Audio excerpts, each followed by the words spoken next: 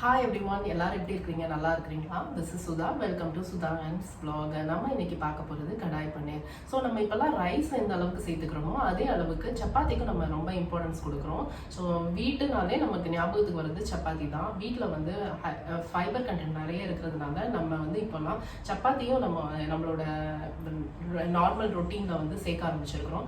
So சப்பாத்தினோட மெயினா வந்து பார்க்குறது வந்து சைட் டிஷ். ஸோ சப்பாத்தி சேமா இருந்தாலும் அதோட சைட் டிஷ்ஷஸ் வந்து டிஃப்ரெண்டாக இருக்கும். ஸோ நம்ம வந்து நிறைய சப்ஜி சேர்க்கும் போது குழந்தைங்களுக்கு வந்து ஹெல்த்தியான ஃபுட்டும் இன்டேக் பண்ணுற மாதிரி இருக்கும். ஸோ அப்படி நம்ம பார்க்கும்போது நமக்கு வந்து ஹை ரிச் இன் கால்சியம் இருக்கிறது கடாய் பன்னீர்.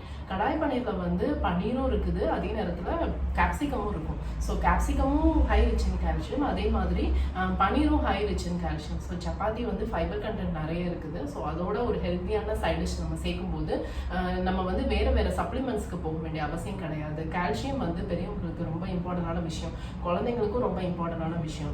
ஸோ நம்ம இந்த வீடியோக்குள்ளே போகிறதுக்கு முன்னாடி நீங்கள் எங்கள் சேனலை சப்ஸ்கிரைப் பண்ணலையா? சப்ஸ்கிரைப் பண்ணுங்கள், லைக் பண்ணுங்கள், ஷேர் பண்ணுங்கள், கமெண்ட் பண்ணுங்கள். தேங்க்யூ. வாங்க வீடியோக்குள்ளே போகலாம். கடாய் பன்னீர் எப்படி பண்ணலான்னு பார்க்கலாம்.